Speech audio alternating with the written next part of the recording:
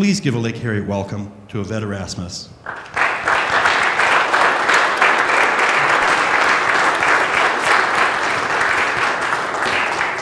Good morning. The question of where to put the cup. Right. Hi. It's lovely to be here. Right there, they are all saying would be a really good place. So, and it does have water. So, well, good morning. I am very delighted to be here with you today. I've been giving a lot of thought to this question of community consciousness and what I do and don't want to say. And last night I was sitting with my partner and we were talking a little bit about my general outline. And he looked at me and he said, "You don't have a whole day." So I am going to try to keep it brief. But generally what I want to speak a little bit about today is identity development and how we expand our sense of who we are to include community, and ways in which we can do that well, and ways in which we can do that in ways that lead to increased divisiveness, fragmentation, and separation. And then what we can do about those things, how we can move into a different kind of community consciousness in the worlds we're wanting to create. How many people in this room have never heard me speak before? Okay, so quite a few of you. So then I'll give you just a little bit, a very quick, brief background. I was born in South Africa, moved to Malawi, did nursery school in Malawi, did elementary school in Germany, did middle school in South Africa, did high school in LA, went to the U of M, lived in Egypt for 5 years, England for 5 years, Arizona for 6 months. I didn't last very long there. Bali for 2 years, and then I moved back here in 2007. So you won't place the accent, okay? All stop trying to figure out where I'm from. So that's just my little brief overview, because often people will listen and listen and listen and get so distracted trying to place me that they miss the brilliant things I'm actually telling you about. So let's get that off the table. Because we're going to talk about community consciousness today, what I would like you to do is actually have a little bit of an experience of it with one another in the room. And so today we are going to be a little bit more interactive. I'm going to have you doing some things together and then coming back and I'll speak a little bit, and then you'll do some things together and then we'll speak a little bit. I like and I very much have a strong preference for presentations that are interactive and Q&A oriented. So if you have questions, please feel free to ask them. We do have a microphone that we can pass around, and so I'm happy to go off script and have this be as interactive as you like.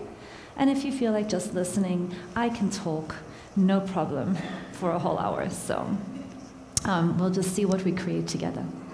So what I'd like you to do is turn to some people next to you. You can be pairs or threes. Introduce yourselves if you don't know the people near you. And I'd like you to talk a little bit about communities you're a part of. Okay? What communities are you a part of? The place I'd like you to focus next, I'm going to have you just continue the conversation a little bit, but I'd like you to really talk a bit about what communities are you drawn to, and what communities do you feel repelled from?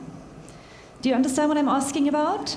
There's a magnetism and there's a repelling force that can happen between you and various communities. I'd like you to explore that experience a little bit in your small groups. What are you drawn to? What are you repelled from?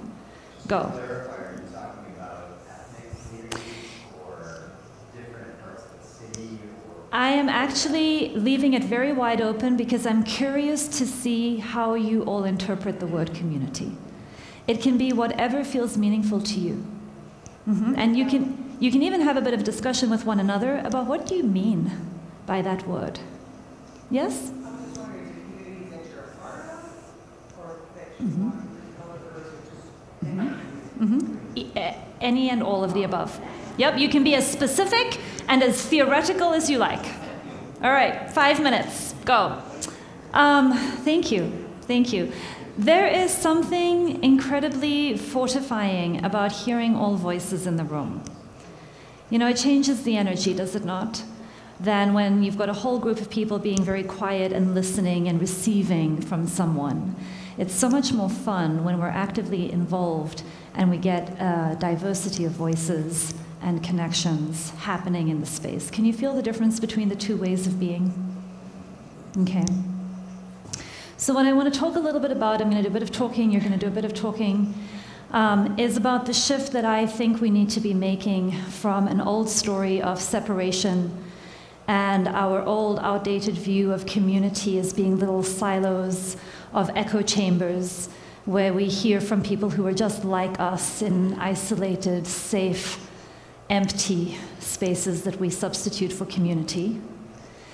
And the shift that I would encourage us to start making into inclusive, diverse, vibrant, conflict-filled communities that are able to be creative and that are able to develop and move us forward into a new way of being. A story of reunion, a story of oneness, a story of connectedness, where you have human beings who have the capacity to be in conflict with one another without being violent to one another, where we can have a divergence of ways of being in the world where we do not have to be the same in order to be safe, and how we figure out the human problem of living peacefully with an incredibly diverse group of people in the world.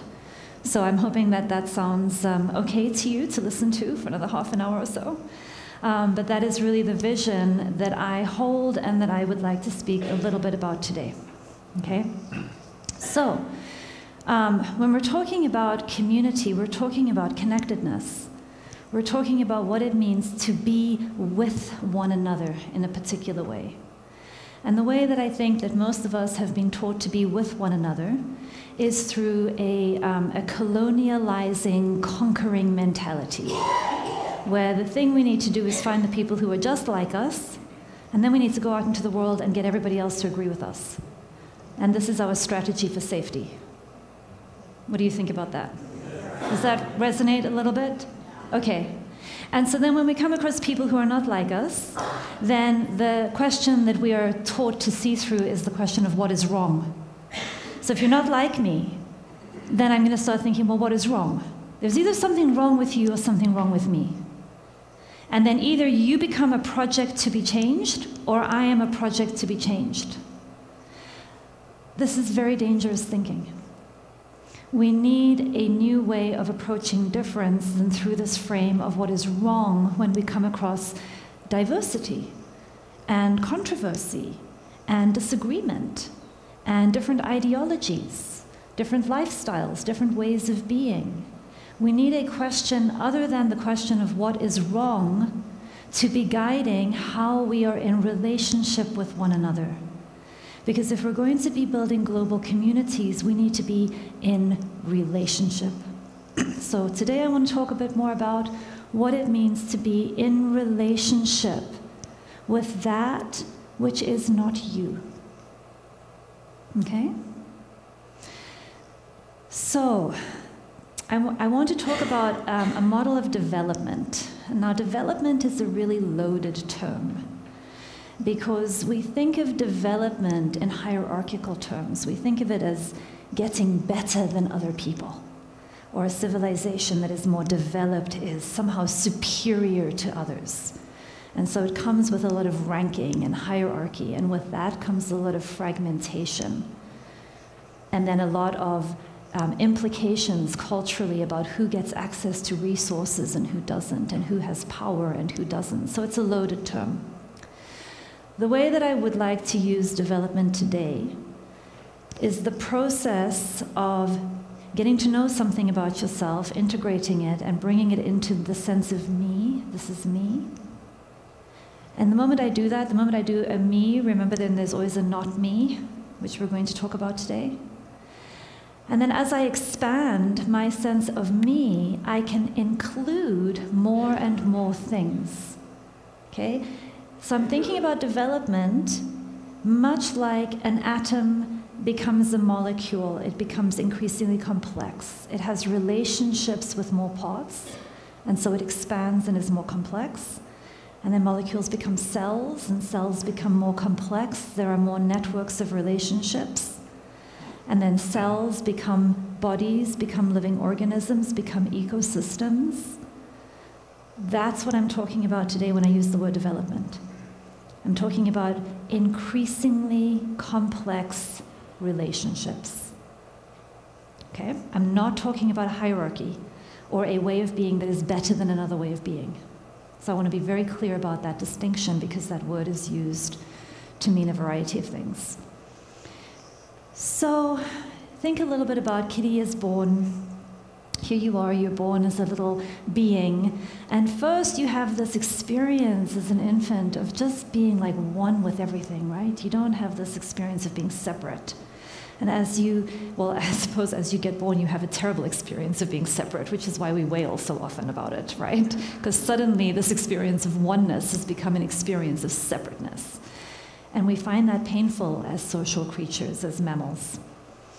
And then we begin to sort of individuate. So your first experience in the world is one of me. And think about what it means to be 2 years old, when you realize that you can say no, right? And people can start making demands of you, and you can have a me that says no to things. It's such joy to begin discovering your sense of boundaries. And you have preferences, and other people want you to do things like brush your teeth, but you have the experience of really wanting to continue to play with the bricks. And so here you are in your very first lessons of what it means to be me and not me. And so from a very, very early age, we start negotiating relationships. And then depending on what happens to us, we can learn certain things about the world. Most of us learn about domination. Most of us learn that those people who are bigger than you will make you do things you don't want to do, so you better watch out. That's the general lesson. I'll get back to that one later.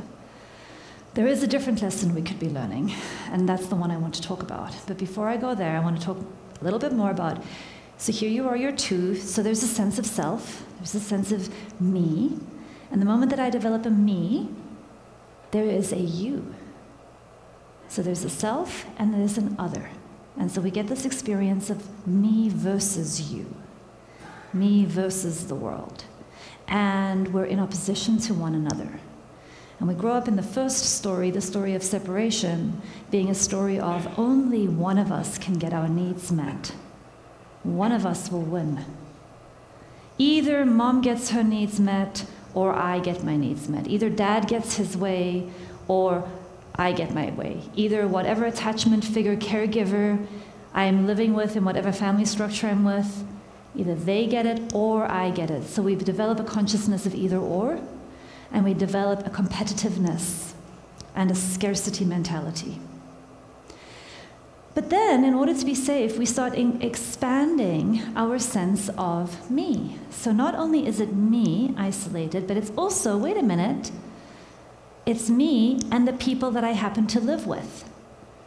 So whoever those people are, for ease of the metaphor today, we'll just call them the attachment unit or the family unit, which can look a lot of different ways. So now it's me as part of this unit of people, right? And then maybe we go to the Lake Harriet spiritual community on Sunday mornings, and so it's me and that group of people. So this is a community that I am a part of. So I start to find my tribe. So it's not just me, but I begin to experience myself as part of a tribe.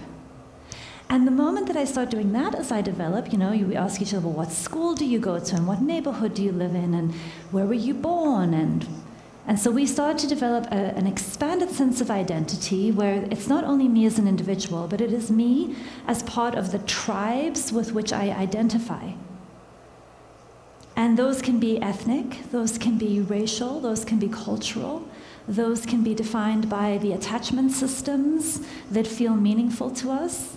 Those can be ideologies that we subscribe to, beliefs that we hold.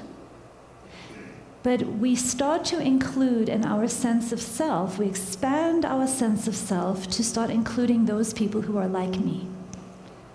Those places where I get a sense of belonging. So far, so good. Yes? I would even say that that is the enactment and the embodiment of love on the planet.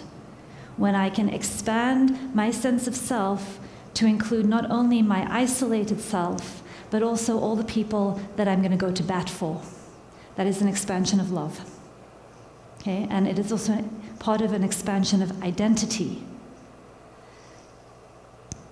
Ken Wilber would say that about 70% of the world stall out there. We're able to love ourselves to a certain degree, and we're able to extend love and compassion to the people who are like us. But the moment that we start identifying with these groups, my groups, we develop an us. And the moment we develop an us, we also develop a them. Okay. When we have a them, we've taken a small step into dehumanization. Because us, we can get our needs met. And we're going to help each other get our needs met. But they're on their own. Not only are they on their own, whoever the they is, but we're going to be competitive with them about getting our needs met. They're actually an enemy. They're actually a threat. And so we have we're not that, we are this. And that kind of thinking becomes extremely dangerous on our planet. Because once we start turning other groups of people into a them, we also start giving ourselves very subtle permission to treat them in ways that we wouldn't treat the us. Is this making sense to people? Okay.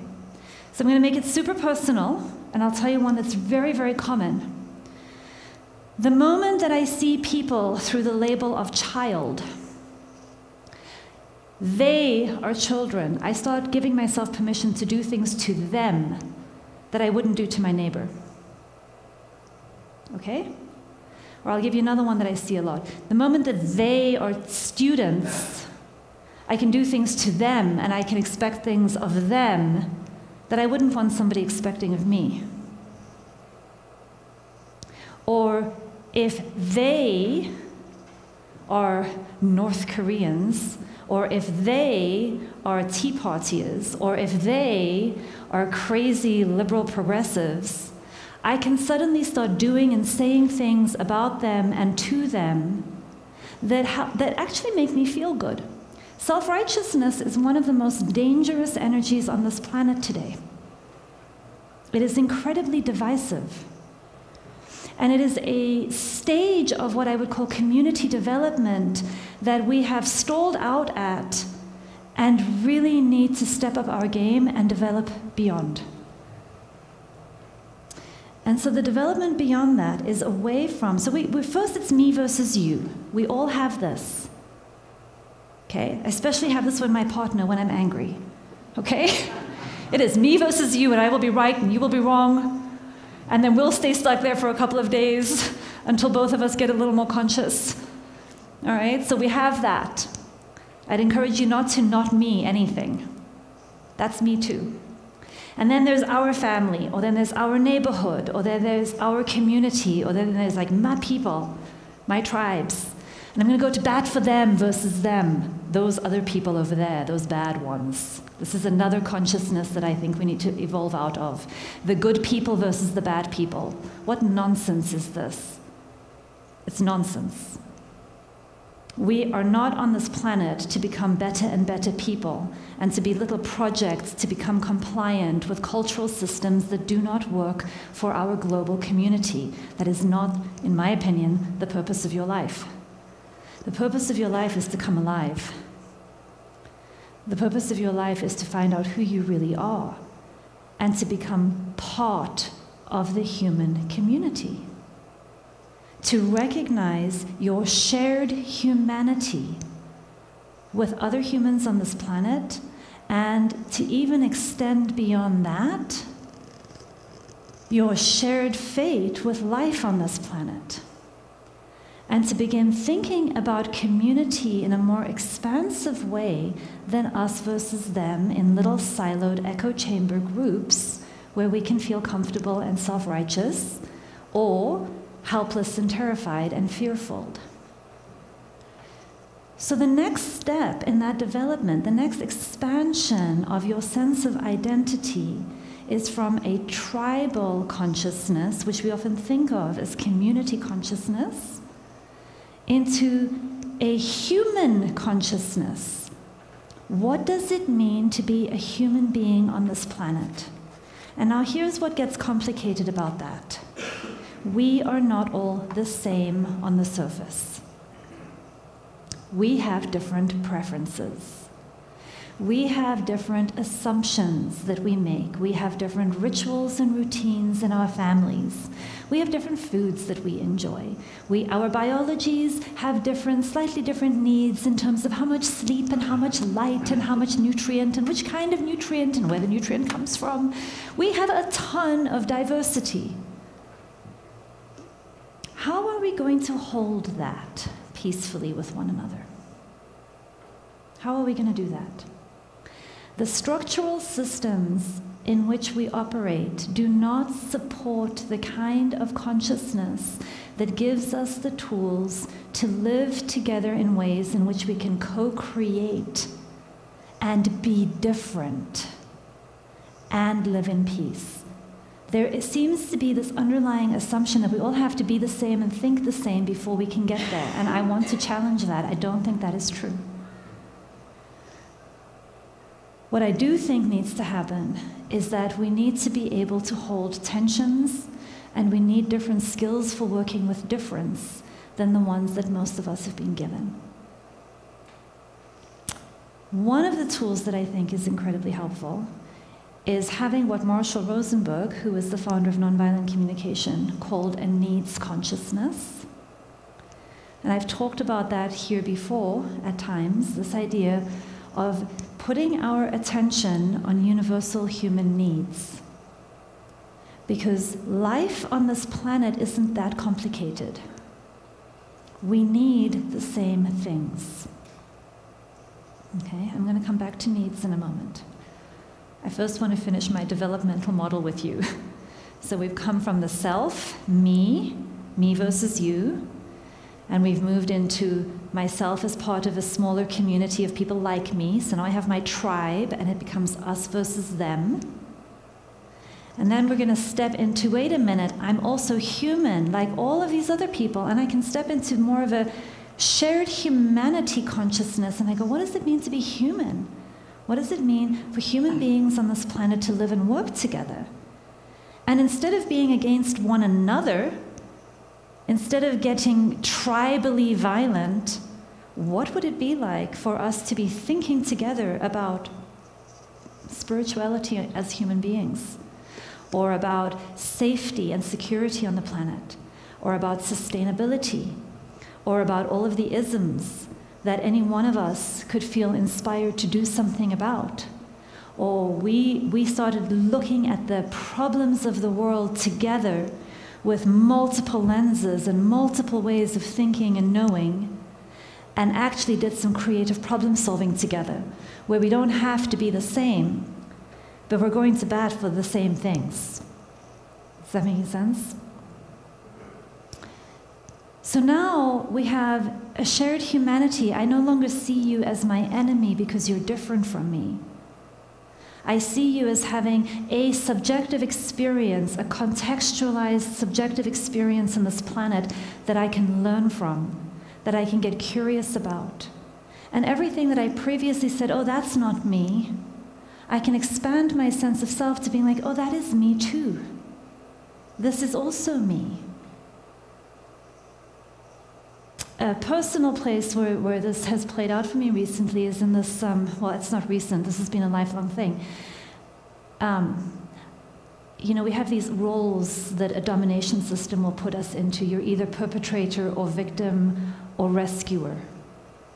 Okay, so domination systems try to divide people into at least 3 roles. You're either bad because you're a perpetrator, you use power bad, or you're a victim. Nothing you can do. You get victimized by the perpetrators. And then if you're neither of those, then you've got to be the rescuer. You've got to come in and do something and save these people from each other. So there is an illusion when we think that we are one of those roles, right? So tribal community consciousness is, I'm with the perpetrators, or I'm with the victims, or I'm with the rescuers. It is so limiting, and it is an illusion. It is not true. You are all three. Every single one of us plays all parts. It is an illusion to think that I am only one limited experience. When it comes to parenting my child, I tend to go a little more perpetrator. Okay? I tend to do more power over. I tend to do more my way and the highway. I'm working on it. But that is the consciousness that I find welling up in me, a power over consciousness. When I'm working with people who terrify me, I go victim. Oh, I don't want to say anything. They're so bad.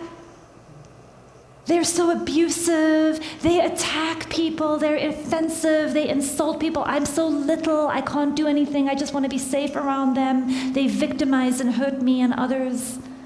And then a lot of my life, I feel like I'm playing rescuer. Let me get my attention off of all the issues of my life and let me focus instead on yours. Because I don't know what to do about the issues in my own life, but I know what to do for yours. So if I can come in and give you lots of good advice and perspective and education, then I want to see you go out there and fix things, and then maybe vicariously something in my life will fix back here too, right? Okay. So that's just a small example of there's a shift from saying that's not me to saying, oh, that is also me. And if we want to have an expanded sense of community in this world, there is an invitation that I'm going to make of you that you begin going, oh, that is me too. I know that experience. I know the experience of a child. I know the experience of a student. I know the experience of perpetration. I know the enjoyment that comes from violence. Anybody in this room who does not know the enjoyment that comes from violence, come see me for a couple of sessions of therapy. I'll help you get back in touch with it. Okay? This is a culture that absolutely loves and enjoys violence. We enjoy watching other people suffer. We just do. Now, the moment that we can acknowledge that, even though I have dedicated my life to nonviolence, I will tell you I still enjoy some of those shows, and then I feel guilty about it. Okay? And I'll watch shows, and then I'll tell my friends I would never watch that show. And then I secretly watch it at 3 in the morning, and I'm like, why is this so enjoyable? This is like junk food. Okay, so the invitation there is self-compassion and integration. We all have these capacities. When you can own them, you can work with them responsibly, consciously, with awareness. They won't have efficacy over you. When you make it a not this is not me, it will come up through the underbelly.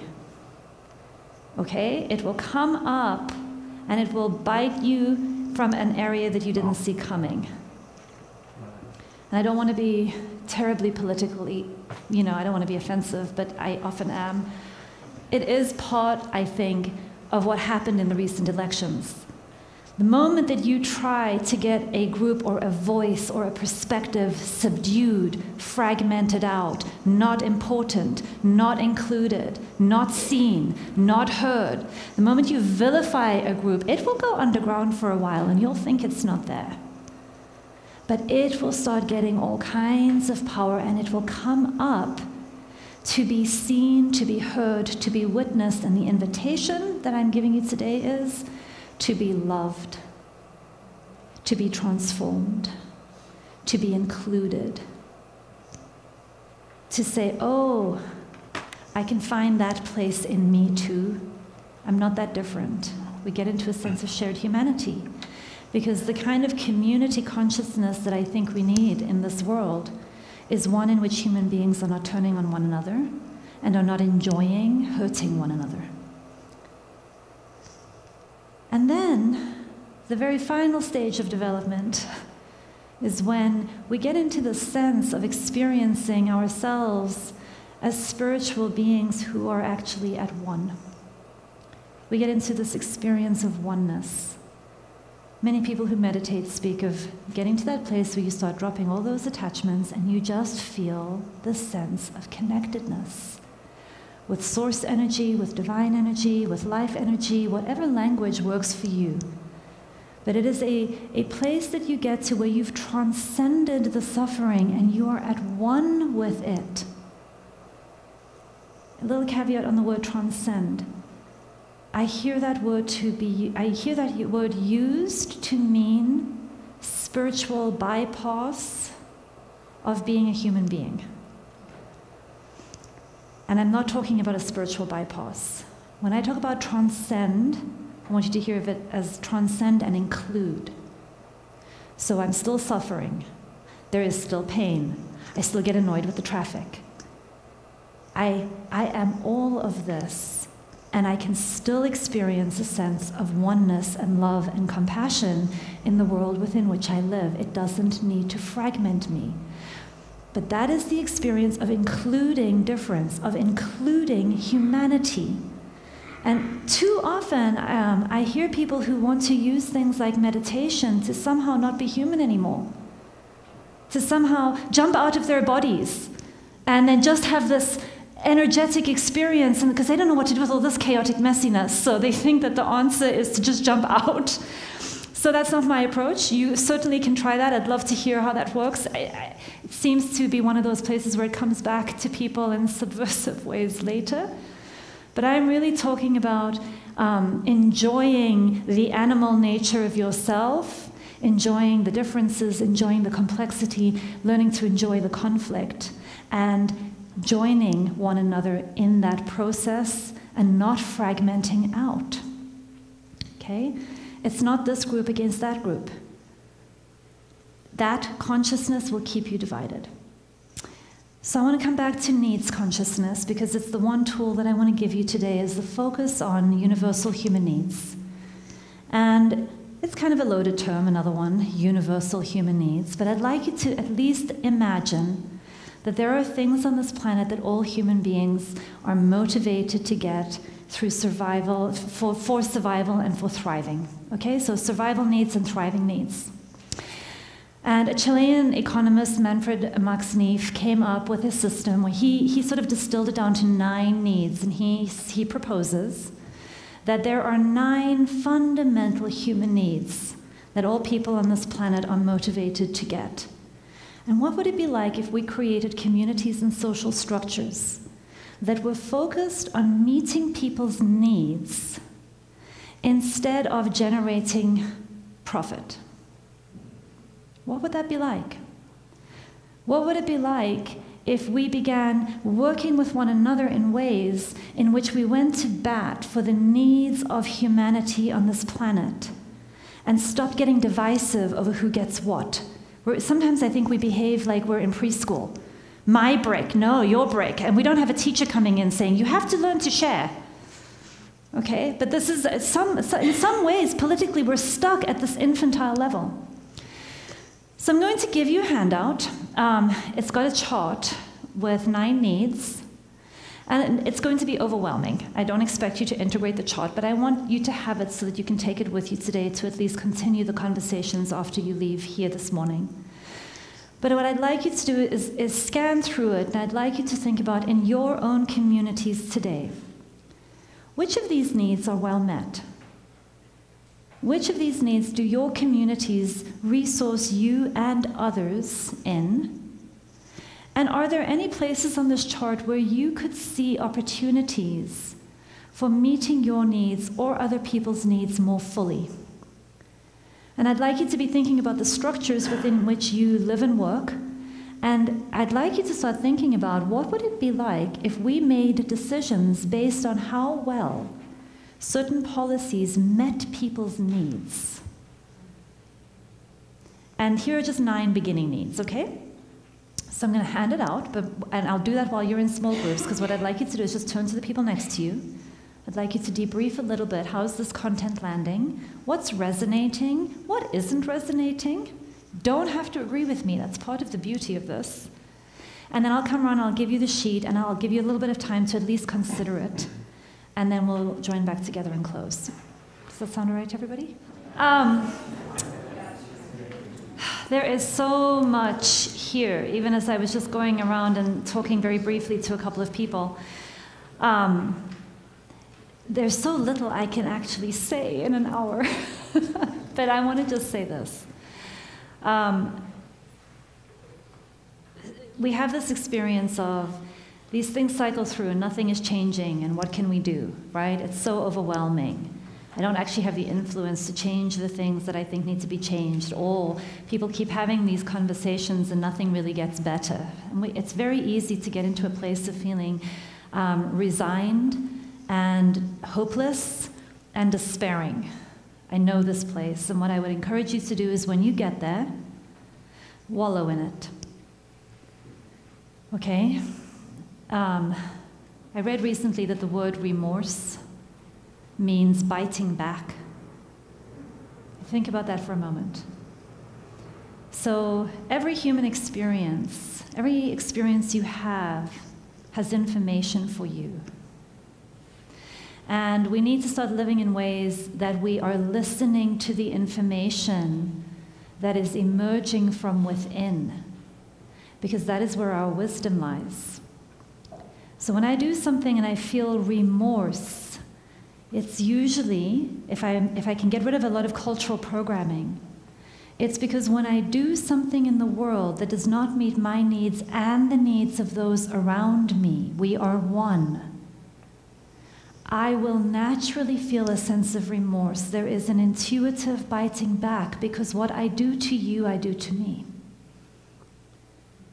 And when we get sensitized to that experience, when we allow ourselves to feel again, that is where we begin to get guided through desire and seeking pleasure. And I don't mean pleasure in a hedonistic way.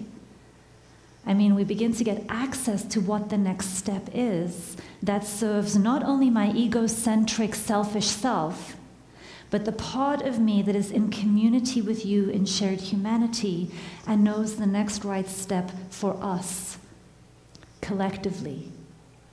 So I'm able to hold in my consciousness what is good for me and what is good for you are the same thing. When my consciousness is fragmented into me versus you, I don't have access to inner guidance. What I have to act on are the things I've been taught about right and wrong and good and bad. And so now I'm trying to get to reunion through dualistic consciousness. It doesn't work. So when we're feeling despair, feel it. It's just a feeling. It won't stay for long, I promise. And when you feel the feeling of despair and hopelessness, develop a needs consciousness. What is the next step? What do my feelings tell me about what is needed? Not what is wrong. Stop it. This thing of what is wrong is outdated and it is ineffective and it will continue to create division and suffering on this planet. I have a feeling, what is needed? Often I'm needing hope. Often I'm needing choices.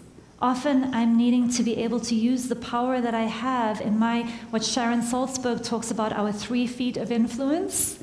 Put your focus there.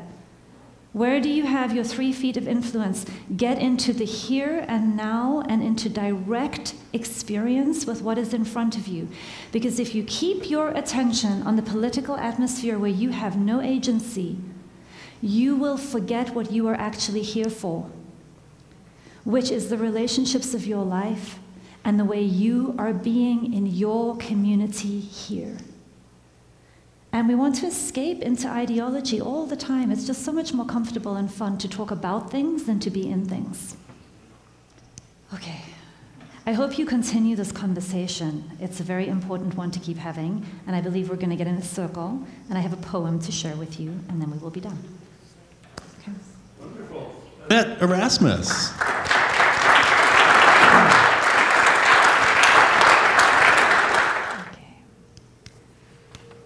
So this is by Anne Adams from Indra's Net of Jewels. There is an endless net of threads throughout the universe. At every crossing of the threads, there is an individual. And every individual is a crystal bead. And every crystal bead reflects not only the light from every other crystal in the net, but also every other reflection through the entire universe. So my wish for you as you leave here today is that you remember your light and be conscious of what it is you're reflecting to one another as you leave. May you have peace.